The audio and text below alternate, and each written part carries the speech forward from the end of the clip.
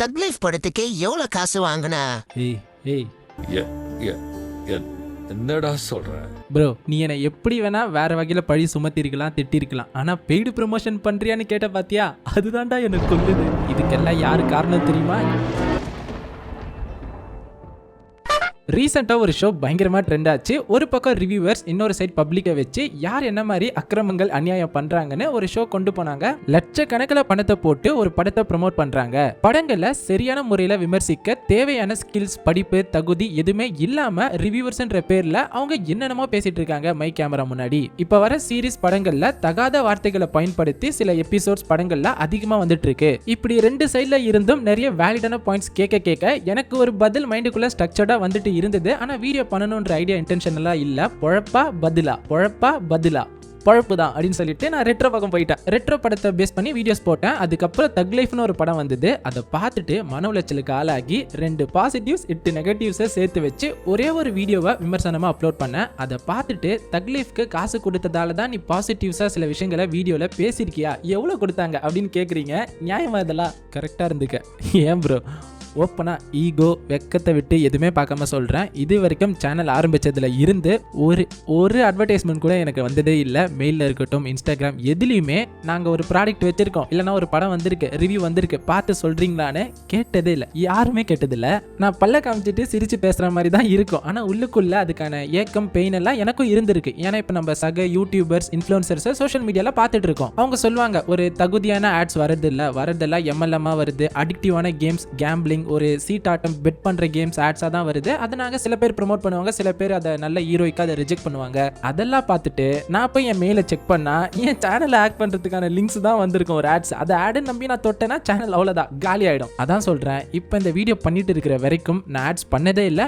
ஏன் பண்ணதில்லைன்னு கேட்டா எனக்கு ஒரு ஆடும் வந்தது இல்லை, ஆப்பர்ச்சுனிட்டி வந்ததே இல்லை. அப்படி இருக்கிற என்னை பார்த்து ஆண்டவர், அதுவும் கமல்ஹாசன் சார் படத்துக்கு நீ ப்ரொமோஷன் பண்ணியான்னு கேட்டனா நான் உனக்கு கேட்டு சண்டை போட வரல. என் நிலைமை இப்படிதான் இருக்குன்னு புலம்பி இப்படிலாம் யோசிக்காதரான்னு பேச தான் வந்திருக்கேன். நீங்க நம்ம சேனலை ரெகுலரா ஃபாலோ பண்ற நண்பரா இருந்தீங்கன்னா ஃபர்ஸ்ட் அதுக்கு தேங்க்ஸ். என்னைக்காச்சும் ஒரு வாட்டி இந்த பையன் வரான், ஏதேதோ படங்களை பத்தி பேசுறான், என்னென்னமோ சொல்றான், ஆனா ஒரு வாட்டி கூட இந்த சேனல் பேரு அவர் வாயில இருந்து வந்த மாதிரி நான் எந்த வீடியோலையுமே பார்த்தது இல்லையே, அந்த பையனோட சேனல் தானே அப்படின்னு என்னைக்காச்சும் உங்களுக்கு அந்த கொஸ்டின் வந்திருக்கா?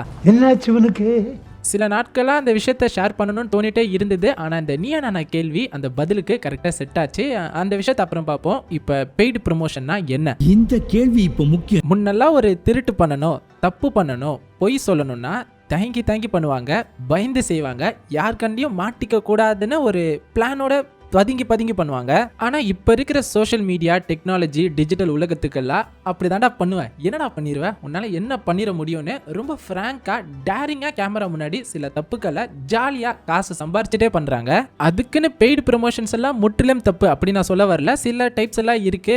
1-2 எனக்கே கொடுத்தா நானே கூட பண்ணுவேன். ஒரு எக்ஸாம்பிளுக்கு இல்லை, சீரிஸ் பேர் வேண்டாம், பட் அது ஒரு பாப்புலரான ஓடிடி பிளாட்ஃபார்ம் தான். யூடியூப்ல பயங்கர ஃபேமஸாக இருக்கிற ப்ளூ சட்டமாறன் சாரை விட்டுருங்க, அவரை தவிர்த்து யூடியூப்ல ஃபேமஸாக இருக்கிற ஒரு டாப் 5-6 ரிவ்யூவர்ஸ் எல்லாருமே அந்த சீரிஸை மிஸ் பண்ணாம தவறாம சொல்லி வச்ச மாதிரி ரிவ்யூவை கரெக்டான டைமுக்கு அப்லோட் பண்ணிட்டாங்க.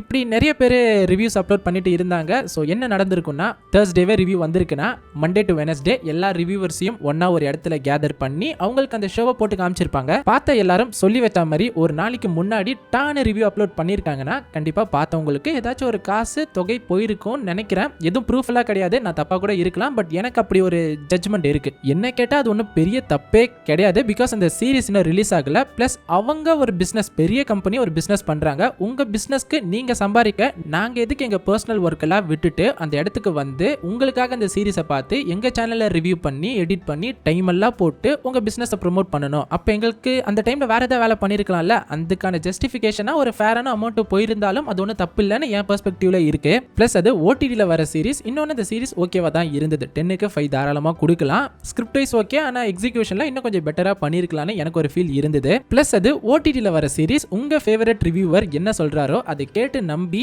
லாகின் பண்ணி நீங்க அந்த சீரிஸ் பாக்குறீங்கன்னா அவர் சொன்ன மாதிரி ஒரு 10-15 நிமிஷம் நல்லா போச்சுன்னா கண்டினியூஸா பார்க்க போறீங்க. இல்ல போர் அடிக்குதுன்னா தினேஷே நீயுமாடா அப்படின்ட்டு ஒரு ஏமாந்த ஃபீல் வருமே தவிர ஒரு 10-15 நிமிஷம் வேஸ்டா இருக்குமே தவிர பெருசா ஸ்கேமான ஃபீல் வராது. அது மட்டும் இல்ல, ரிலீஸ்க்கு முன்னாடி ஒரு ப்ராடக்ட் நீங்க எவ்வளவு எஃபர்ட்ஸ் வேணா போட்டு புஷ் பண்ணலாம், ப்ரோமோட் பண்ணலாம். உலகத்துல எல்லாரும் அதான் பண்றாங்க. பண்றாங்க. ஸோ என்னை பொறுத்த வரைக்கும் அது பெருசா ஒன்றும் தப்பு இல்லை.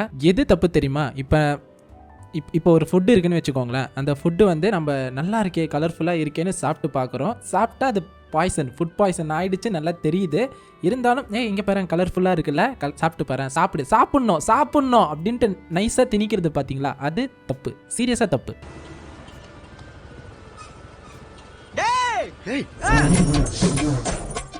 எல்லாரும் அடிச்சு துவைச்ச கதை தான். தமிழ் சினிமாலே ஃபர்ஸ்ட் ஃபவுண்ட் ஃபுட்டேஜ் ஹாரர் ஃபிலிம்னு ஒன்று ரிலீஸ் பண்ணாங்க. பெஸ்ட் கைஸ், பெஸ்ட் மாமே, மறந்துட்டேன். அந்த டீம் படக்குழு இன்ஃப்ளூயன்சர்ஸ்க்கு ஒரு ஸ்கிரிப்ட் எழுதி கொடுத்துருப்பாங்கல்ல, அந்த ஸ்கிரிப்டுக்கு போட்ட டைமை அந்த படத்தோட ஸ்கிரிப்டில் போட்டிருந்தா கூட இந்நேரத்துக்கு அந்த படம் தமிழ் சினிமாலே பெஸ்ட் ஃபவுண்ட் ஃபுட்டேஜ் ஹாரர் ஃபிலிமாக இருந்திருக்க சான்ஸ் இருக்கு. இல்லைனா காசை வாங்கிட்டு அந்த படத்தை என்ன டிசைனாக ப்ரொமோட் பண்ணலாம்னு ஸ்கிரிப்ட் எழுதின ரத்தினங்கள் இன்ஃப்ளூயன்சர்ஸை ஒன்னொன்னா தேடி கண்டுபிடிச்சி பொறுக்கி எடுத்து அடுத்த படத்தோட ஸ்கிரிப்ட் நீங்க அவங்கள வச்சு எழுதினீங்கன்னா தமிழ் சினிமாலே இந்தியன் சினிமாலே பெஸ்ட் படத்தை உன்னால கொடுக்க முடியும் நான் நம்புறேன். அப்படிப்பட்ட வேலைப்பாடாது. அப்படி ஒரு தரமான சம்பவம். பேயை பார்த்து கூட யாரும் மிரண்டு போகலங்க. பேய்த்தனமா ப்ரொமோஷன் பண்ணாங்க பாத்தீங்களா அந்த பேய் படத்துக்கு. அதை பார்த்து தான் சோஷியல் மீடியா சமூகமே மிரண்டு போச்சு. 1-2 ஸ்கிரிப்ட் எல்லாம் இன்னும் மைண்டுக்குள்ள அப்படியே நங்கூர் அடிச்ச மாதிரி இருக்கு. பர்சனலா அவங்களை எதுவும் சொல்லல, பட் அவங்க பண்ண ஸ்கிரிப்ட் ஒர்க் இருக்குல்ல, ஐயோ கர்ப்பிணி பெண்கள்லாம் இந்த படம் பாத்துறாதீங்க, பயமா இருக்கு, குழந்தைங்களெல்லாம் கூட்டிட்டு போயிடாதீங்க, பார்த்தாங்கன்னா படிச்ச ஏபிசிடியா மறந்துடுவாங்க, அந்த மாதிரி டிஸ்டர்பிங்கா பயங்கர ஆண்டிங்கா நைட் எல்லாம் நீங்க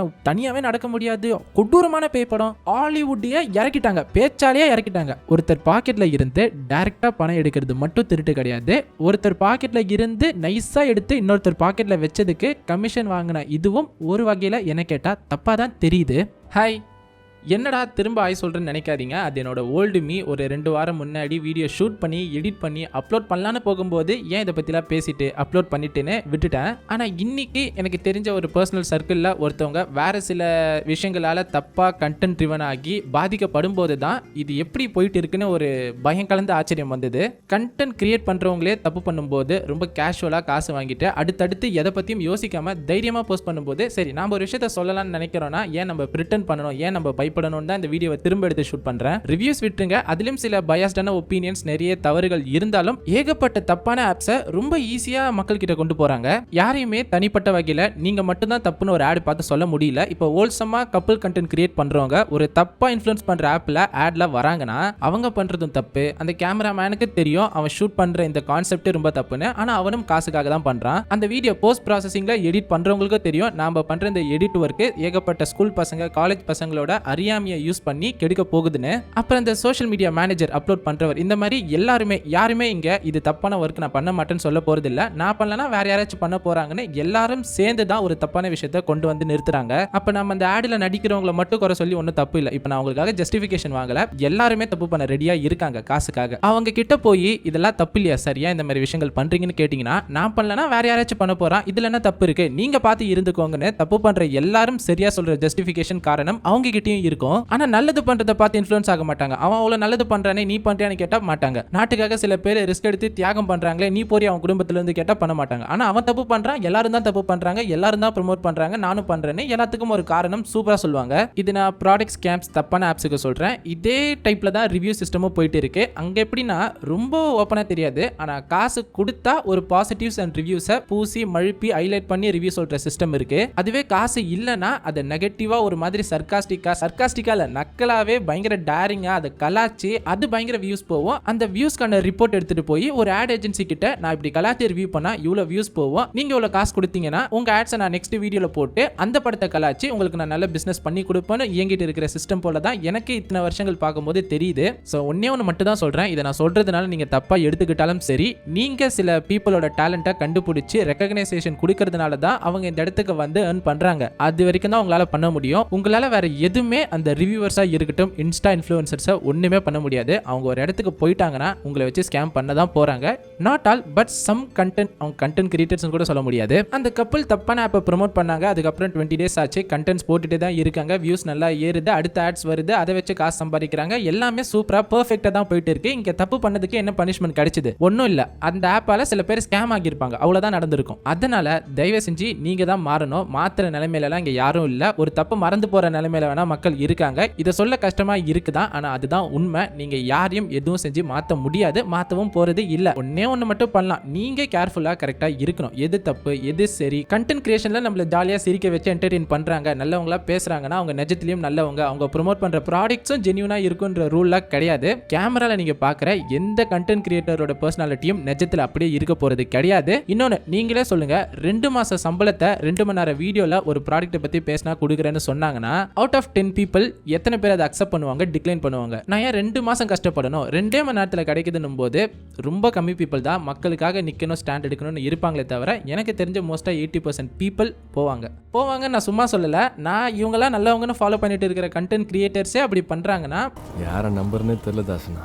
எந்த ரிவ்யூவர்ஸையும் நம்பாதீங்க. ஒரு படம் பார்க்கணும்னு ஆசையாக இருக்கா, போஸ்டர் பாருங்க, ட்ரெய்லர் பாருங்க, டீசர் பாருங்க, அது குவாலிட்டியாக இருக்கா இல்லையான்னு உங்களுக்கே தெரியும். இப்போ நான் சில விஷயங்கள் கண்டுபிடிச்சி பேசிட்டு இருப்பேன், ஆனால் நம்ம கமெண்ட் செக்ஷன்லேயே சப்ஸ்கிரைபர்ஸ் வந்து என்னை விட சூப்பராக சில பாயிண்ட் எல்லாம் எடுத்துகிட்டு வருவாங்க. அதெல்லாம் பார்க்கும்போது எனக்கு எந்த வித்தியாசமும் தெரியாது. நான் நோட் பண்ணதை கேமரா முன்னாடி வந்து பேசுகிறேன், அவங்க கமெண்ட் செக்ஷனில் விடுறாங்க, அவ்வளோதான். அவங்களுக்கும் எனக்கும் டிஃப்ரென்ஸ் இருக்கிறதுன்னு தோணும். அந்த அளவுக்கு ஷார்ப்பான பீப்புள் எல்லாம் இருக்காங்க. ஆனால் இங்கே என்ன டிசைனாக கலராக கண்டென்ட் பண்ணி அவங்கள மேனிப்புலேட் பண்ணுற மாதிரி எனக்கு ஒரு ஃபீல் இருக்கு. நான் இதான் இந்த வீடியோவில் தப்பாக பேசியிருந்தேன், நான் கரெக்ட் பண்ணுங்க. மற்றபடி இந்த வீடியோ நான் நிறைய வீடியோ ஷூட் பண்ணி அப்லோட் பண்ணாமல் இருந்திருக்கேன், பட் இதை நான் அப்லோட் பண்ண தான் போகிறேன். ஸோ பார்த்துட்டு உங்கள் ஒப்பீனியன் என்னென்னு கமெண்ட் செக்ஷனில் சொல்லுங்கள். இந்த வீடியோக்கு லைக் பண்ணுங்க, அப்படி சொல்லவே ஒரு மாதிரி இருக்குது, பட் முடிஞ்சால் ஷேர் பண்ணுங்கள். 4-5 ஃப்ரெண்ட்ஸுக்கு போய் சேர்ந்தா சந்தோஷம். சீக்கிரம் வேறு வீடியோவில் மீட் பண்ணுவோம், ஜாலியான வீடியோவில் மீட் பண்ணுவோம். அது வரைக்கும் ஜாலியாக சேஃபாக ஹாப்பியாக இருங்க. பாய் மாமே.